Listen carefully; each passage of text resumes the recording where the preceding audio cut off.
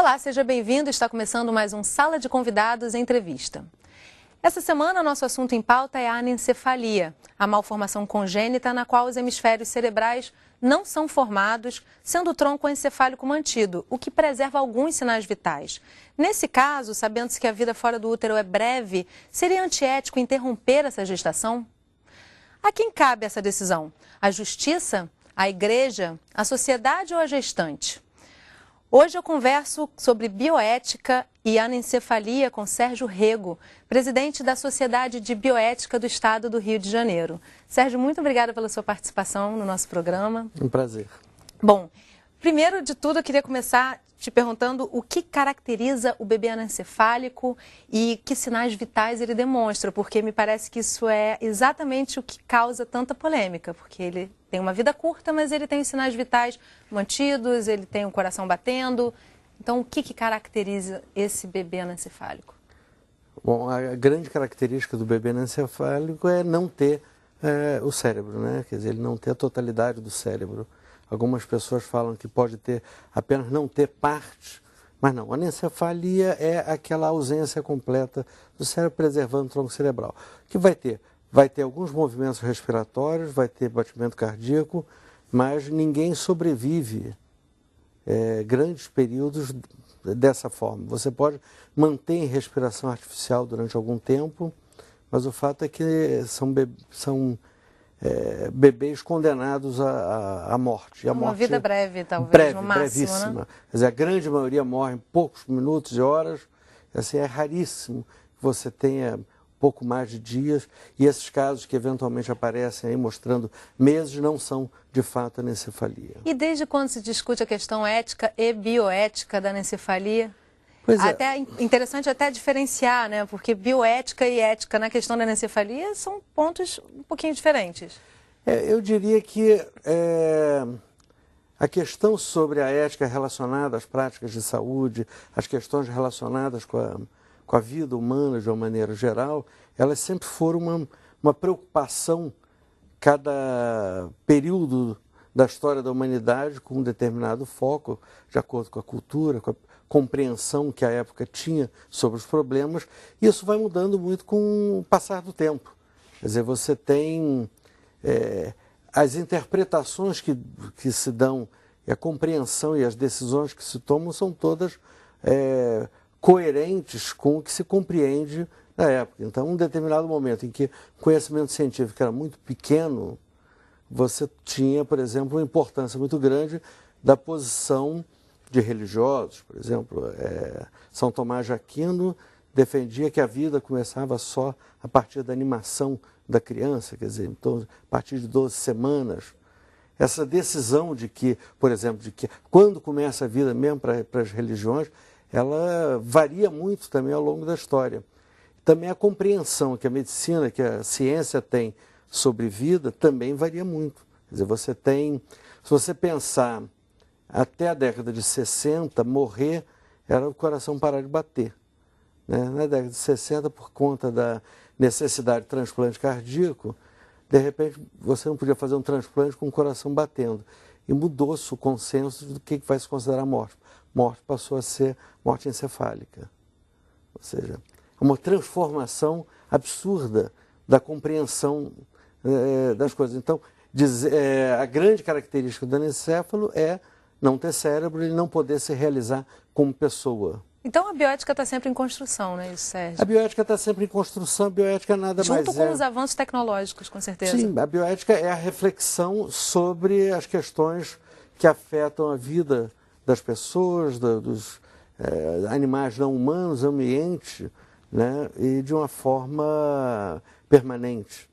Quer dizer, a bioética ela se propõe a apresentar uma reflexão sobre isso e propor ações. Então vamos lá, nesse debate da anencefalia, em que a gente tem de um lado o cunho religioso e do outro o poder de decisão da mãe, e que agora inclusive já chegou ao final, uma conclusão final pelo Supremo, onde é que a bioética se encaixa e qual é o olhar bioético dessa questão, assim, tenderá para um dos dois lados?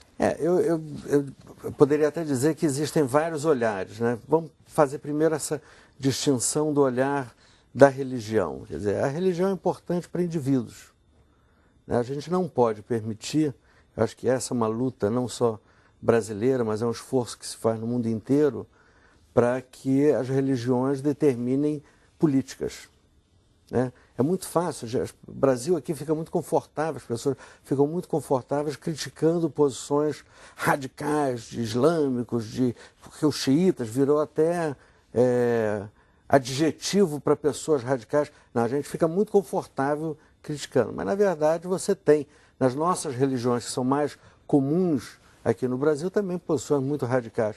Eu diria que as religiões são importantes e devem ser respeitadas nas decisões individuais.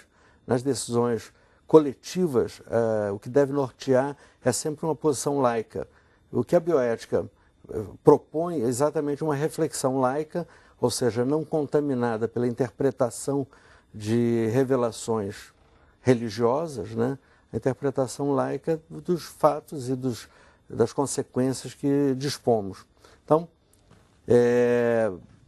eu diria que a bioética se propõe a refletir quais são os valores que estão relacionados com, por exemplo, a decisão da interrupção de uma gravidez de um feto anencefalo. Então a gente está falando de vida e morte ao nascer, ou a gente não pode considerar que esse feto tem perspectiva de vida? Enfim, a bioética entende isso de que forma? Nesse sentido, a gente se apoia no que a ciência hoje nos diz. Quer dizer, então, a gente tem a FEBRASGO, que é a Associação a Federação das Associações de Ginecologia e Obstetrícia no Brasil, tem uma posição muito clara de que são fetos inviáveis. Quer dizer, o verdadeiro anencefalo são fetos inviáveis. Sendo fetos inviáveis, a gente pode se perguntar qual o que justificaria você manter uma gravidez com todo o sofrimento que isso acontece para a mãe, E sendo uma gestação de alto risco, né? Pois é, as possíveis consequências que essa gravidez pode levar para a própria mãe, para fetos que não têm consciência, né, pelo que a gente conhece hoje de ciência, não tem consciência, que não tem a consciência da dor, mas que provocam um sofrimento para as famílias muito grande. O que é interessante na autorização que o Supremo dá é que ninguém é obrigado a abortar se estiver com uma gravidez de um feto anencefalo, mas cria-se a possibilidade de que as mães possam abortar. Quer dizer, eu acho que é um esforço de se respeitar a liberdade das pessoas de tomarem decisões que, a rigor, dizem respeito a elas, propriamente dito. Agora, Sérgio, a bioética está sempre relacionada aos avanços tecnológicos, né? Porque, de certa forma, quer dizer, acho que objetivamente os avanços tecnológicos trazem uma possibilidade de se estender a vida.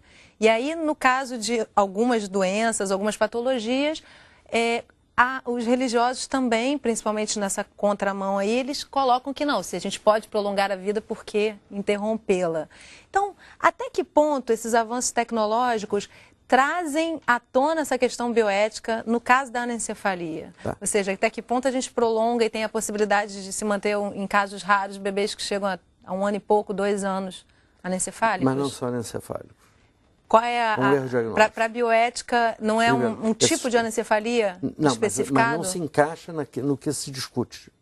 A discussão sobre que o Supremo opinou e etc. e tal, não se trata de outras deformidades. Mas não é sutil demais essa deformidade, essa diferença? Não, é um diagnóstico possível e incontestável. É isso que o CFM agora está se propondo a dar maior precisão para o diagnóstico, para que não haja esse tipo de confusão. Quer dizer, então, hoje, a gente pode dizer que no Brasil, esse diagnóstico ele não é nítido o suficiente para poder determinar essas pequenas, desculpa, no meu olhar leigo, pequenas diferenças entre o anencefálico e o... qual é a nomenclatura que se dá? São outras malformações, né? Eu diria que não, que os critérios diagnósticos já são claros.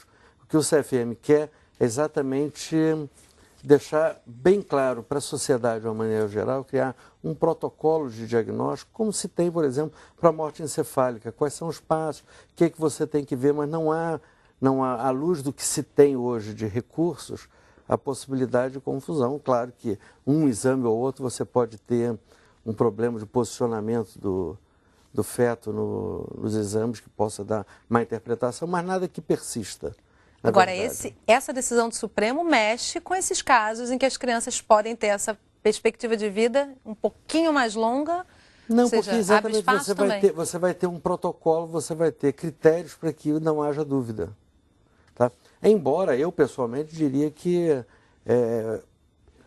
crianças que têm fetos que têm uma perspectiva de sobrevida extremamente curtas, sem nenhuma possibilidade de estabelecer relações, etc. Qualidade de vida, né? Eu questiono, acho que, mas isso é outra discussão, não é a discussão desse momento. Só fazer um reparo, quer dizer, a bioética não está ligada apenas ao desenvolvimento das biotecnologias de uma maneira geral.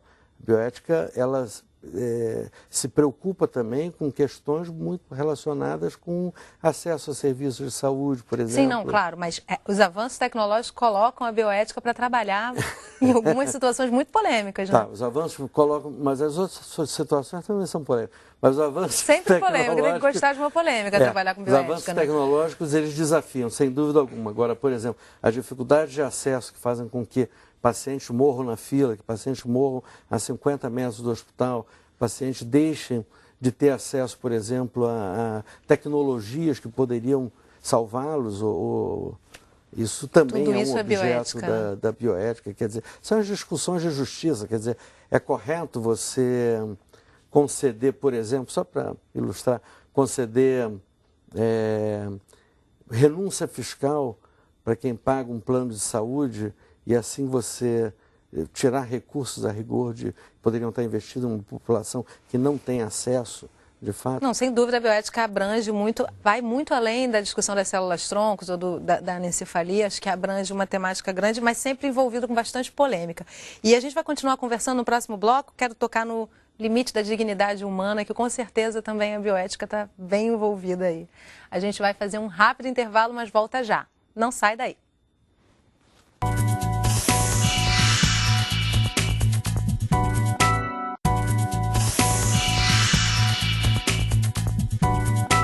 Estamos de volta conversando sobre ética, bioética e anencefalia com Sérgio Rego, presidente da Sociedade de Bioética do Estado do Rio de Janeiro.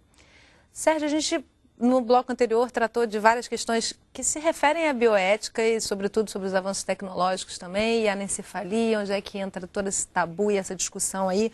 E uma questão que eu coloquei para você no final do bloco foi com relação à dignidade humana, ou seja, um bebê que nasce e morre em seguida, ou uma mãe que leva uma gestação até o fim, nessas condições, sobre questões psicológicas muito intensas, né?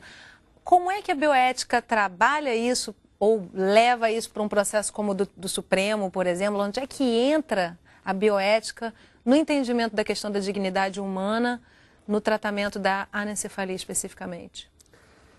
A discussão da dignidade da pessoa humana, né, ela leva primeiro a você questionar o próprio conceito de pessoa. Né? Quer dizer, quando é que você tem uma pessoa? O que é uma pessoa? Né? Pessoa é apenas o resultado da união de gametas, aquele punhado de células, aquilo é uma pessoa. Quando é que aquele punhado de células se transforma em uma pessoa? O que é uma pessoa? Né? Então, entre os questionamentos que vão tensionar essa ideia, estão aqueles que vão dizer que pessoa é aquela que é capaz de se relacionar, de ter uma história, de ter consciência. Né? E o que se faz é que o questionamento de que o feto anencéfalo ele não consegue, na verdade, se realizar como pessoa. Tá? O fato é que, se você vai comparar direitos, né, direitos de um ente concreto, que é a mãe, e os direitos de um ente potencial, que é o feto, que o feto ainda não é, ele pode vir a ser, e no caso do anencéfalo ele dificilmente o será, na medida em que o diagnóstico é correto. Por esse entendimento, os direitos da mãe devem prevalecer. Uma coisa interessante é que essa discussão, muitos daqueles que se opõem a isso são pessoas que jamais vão engravidar, né? E eu acho que essa questão precisa estar muito centrada no direito da mulher, nos direitos reprodutivos da mulher e dela tomar essas decisões de uma forma, uma mais ampla liberdade e sem constrangimento. Você, uma ocasião, não agora, mas você tinha comentado a questão do sofrimento que isso está em torno. Claro que toda gravidez ela tem uma perspectiva. As pessoas querem ter um filho, as pessoas querem ter... Há um planejamento para essa vida que vem. Então, há uma frustração, né? Claro que há.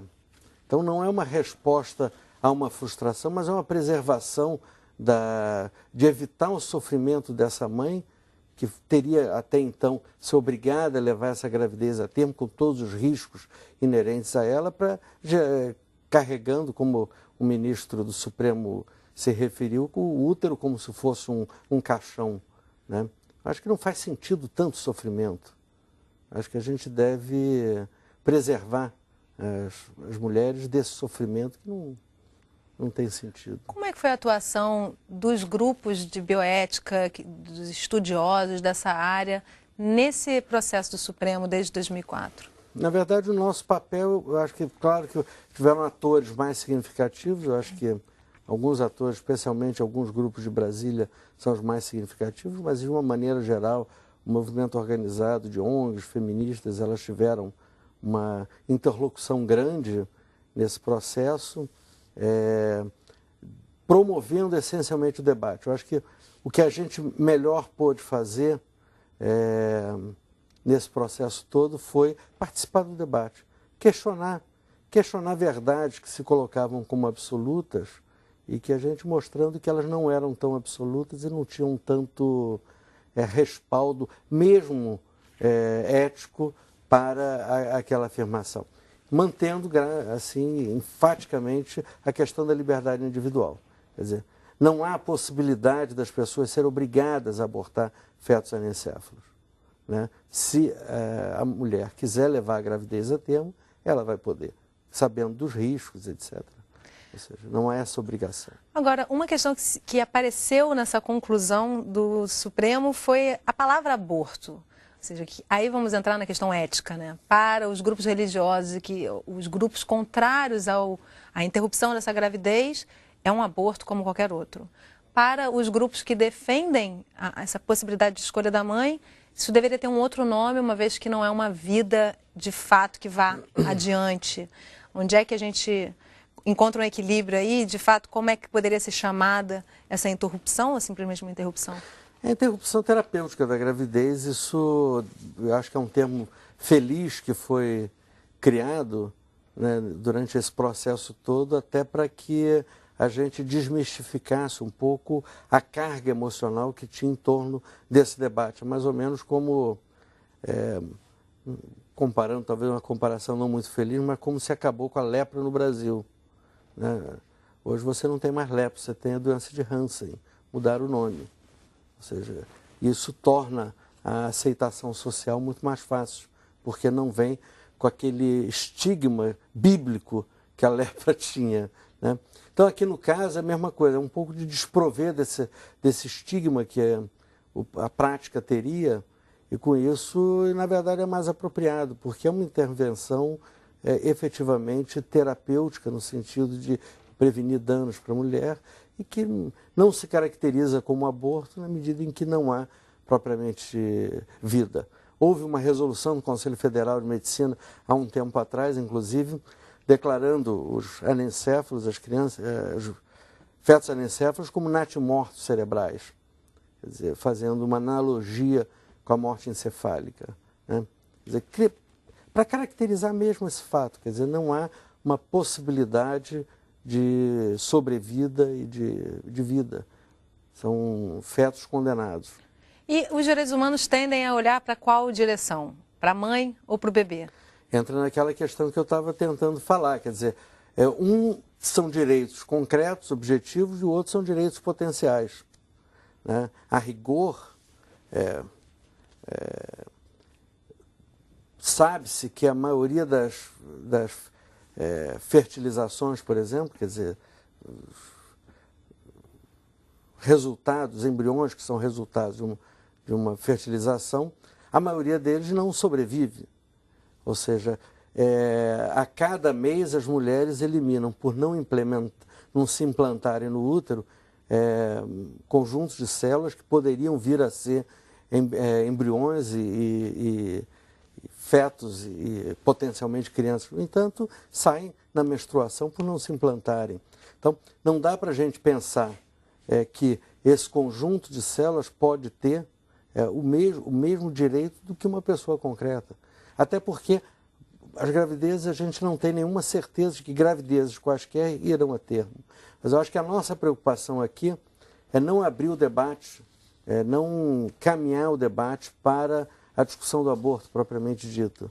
Eu acho que é o momento da gente focar na questão dos fetos anencéfalos como uma forma de garantir, preservar, a possibilidade de preservar essas mulheres desse sofrimento que vem associado a uma gravidez de um feto anencéfalo. Agora, a partir do diagnóstico da anencefalia, tanto a gestante, o pai da criança, como os profissionais de saúde passam por um processo, muitas vezes até depressivo, de estar acompanhando um caso como esse, sabendo no resultado que isso vai dar, né?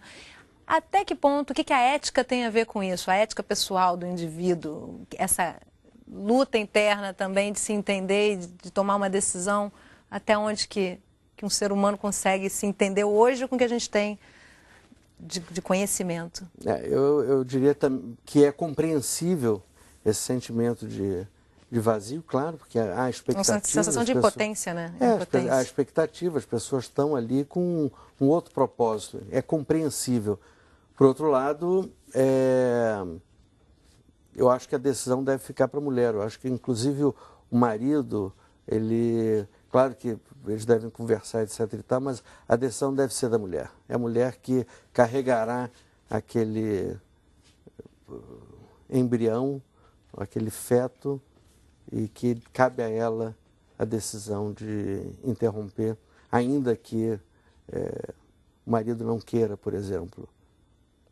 Que ela que está levando a gestação. Isso. Agora, Sérgio, a gente está chegando no final do programa e eu acredito que você tenha acompanhado de perto todo esse processo do Supremo, e inclusive a conclusão, que trouxe um texto muito poético até dos juízes, dos ministros que julgaram o processo. O que fica desse período aí de 8 anos de debate para bioética, para ética e para a questão do aborto no Brasil, na sua concepção assim, profissional?